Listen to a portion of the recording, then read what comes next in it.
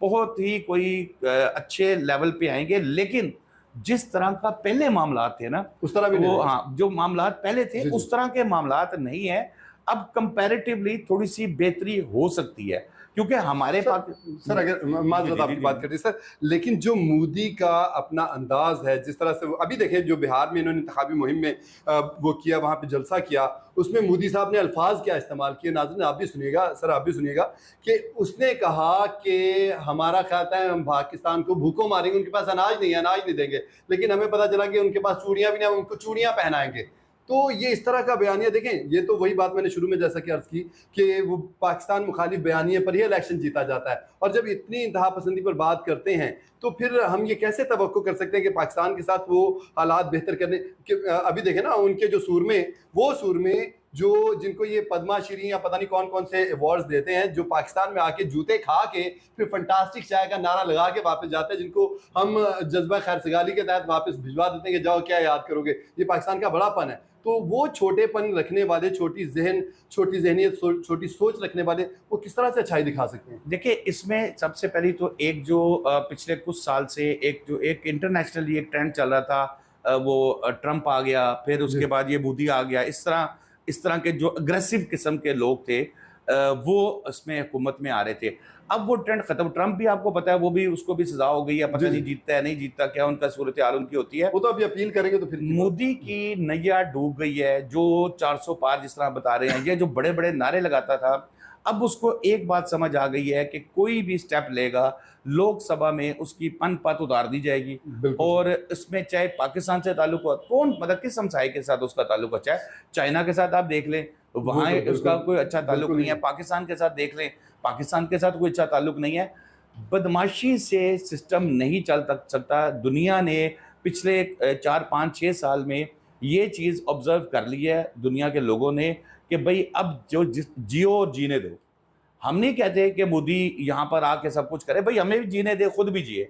अब अगर फिर वही बात कि अगर पंगा करेगा तो फिर आपको पता है 2 एटमी ताकतें हैं। तो सर अल्हम्दुलिल्लाह जब इन्होंने एटमी ताकत पहले की थी तो अपनी तरफ से तो यही जोम में थे ना कि हम पाकिस्तान को कच्चा चबा जाएंगे, लेकिन पाकिस्तान ने मुंह पे ये घुमा के थप्पड़ रसीद किया था जब अगले दिन पाकिस्तान ने एटमी धमाके किए। तो फिर उनको समझ आ गई कि ये चना जरूर है लेकिन लोहे का है, जो अपने ही दांत तोड़ देगा हमारे। बिल्कुल इसी तरह है। देखिए, मोदी को मेन, मुझे इस चीज की खुशी है, ठीक है, राहुल गांधी या उनके जो अलाइज हैं ये भी इस पोजीशन में नहीं है कि हुकूमत बना सकें।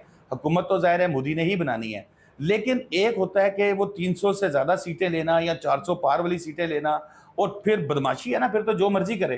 पाकिस्तान में भी आप किसी को 2/3 से अक्सरियत ज्यादा दे दें तो उसका भी मिजाज बदल जाता है। तो इसी तरह मोदी का भी बदल जाना था। अब वो कम से कम तमीज में रहते हुए उसको चीज का पता होगा, सोचना पड़ेगा। यस बिल्कुल। और सर आपकी बात थोड़ी सी बढ़ाऊंगा। राहुल गांधी को हम इग्नोर इसलिए नहीं कर सकते कि 234 सीटें और 292 सीटों में बहुत ज्यादा डिफरेंस नहीं है। कभी भी वो इत्तेहादी जो है उधर से तोड़ के अपनी तरफ उनको कोई बढ़िया। मैं बिल्कुल यही, मैं सेम बात यही कर रहा हूँ कि इजाज साहब देखिए, जो इससे पहले माहौल और था, लोगों के दिमागों में था कि यार शायद इंडिया की कौम ही ऐसी है, वो है ही अग्रेसिव है, वो मोदी का स्टाइल है उनका। लेकिन इस इलेक्शन में तकरीबन 250 के करीब सीटें राहुल गांधी और इसके जो अलाइज हैं इन्होंने हासिल की हैं। उसके मतलब ये मिला के जो मतलब एंटी मोदी समझ लें आप, एंटी मोदी सीटें आई हैं। इन लोगों ने एक इंटरनेशनली मैसेज दे दिया है कि भाई इंडिया में आज भी जो खुले जहन से रखने वाले, खुले जहन से चलने वाले वो लोग हैं। अब ये पहला था, अभी लोग थोड़ा सा डरे हुए थे मोदी से। अब जब नेक्स्ट इलेक्शन आएगा, आप ये देख लेना कि ये जो 230-40 राहुल गांधी के, ये इनके ग्रुप के सारे मिला के 250 के करीब बनते हैं, इंडिया अलायंस जो है, ये जब नेक्स्ट इलेक्शन में जाएगा तो ये सीटें डेफिनेटली इनकी बढ़ेंगी। और क्योंकि मोदी को आदत है, अब जैसे मैंने पहले भी कहा, वो अकेले काम करना। हाँ, जब वो देखेगा फिर वो यहाँ पर अपोजिशन होगी, तगड़ी अपोजिशन होगी, तो उसको समझ आ जाएगी। सर पंजाब से तो बिल्कुल सफाया हो गया बीजेपी का, उत्तर प्रदेश, पंजाब, कहीं से भी उसको रिस्पॉन्स नहीं मिला। तो सर ये इतनी क्रिटिकल सूरत है। अब क्या देखें, एक और पॉइंट पे अगर हम पंजाब की बात करें, क्योंकि भारतीय पंजाब जो है, अभी पिछले दिनों जो सैलाब आया, उनकी अपनी रियासतों ने उनको पानी निकालने की इजाजत नहीं दी, लेकिन पाकिस्तान ने उनको जगह दे दी, जिसके ऊपर बड़े वो पाकिस्तान के शुक्रगुजार भी हुए, बड़े तशक्कुर भी, उसका बयानात भी आते रहे, उनके तराने भी बने, उन्होंने वो गीत भी इस हवाले से गाए हैं। तो अब क्या हम देख सकते हैं कि अगर मोदी इक़्तिदार संभाल लेता है तो फिर भारतीय पंजाब के साथ क्या सलूक करेगा, क्योंकि वहां से तो वो समझे कि मैंने ये बात इजाजत, जैसे मैंने पहले भी एक बात कर रहा हूँ कि अब मोदी का डंग निकल गया है।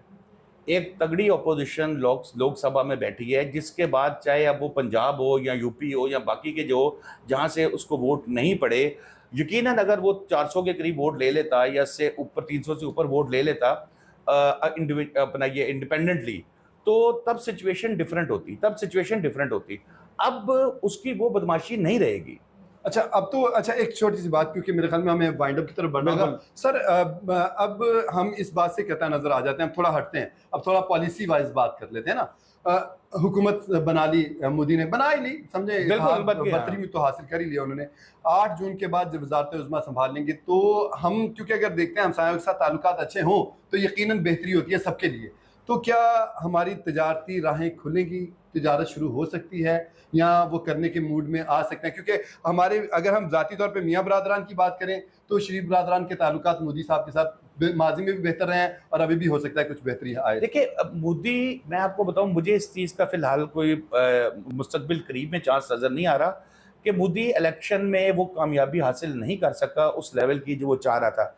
लेकिन उसकी फितरत तो नहीं बदली ना, फितरत तो अभी उसकी वही है। तो इसलिए अभी ऐसा मुझे नहीं लग रहा कि अगले कुछ अरसे में, हाँ, अपोजिशन की तरफ से कोई प्रेशर है या नेक्स्ट इलेक्शन में हो, फिर पुराने लेवल पे जब समझौता एक्सप्रेस चलती थी, बड़ा हमारा अच्छा ताल्लुकात हुआ करते थे, जो सब्जियां, ये वो प्याज आता था, टमाटर आता था, यहाँ से चीजें जाती थी, मसाला ये जात चीजें सारे उस उधर वक्त से। हो सकती थी। जी जी बिल्कुल, बहुत शुक्रिया सर आपका।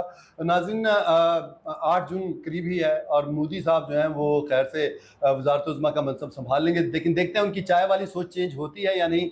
बाकायदा बतौर वज़ीर आज़म अपने मुल्क के साथ साथ हमसायों के साथ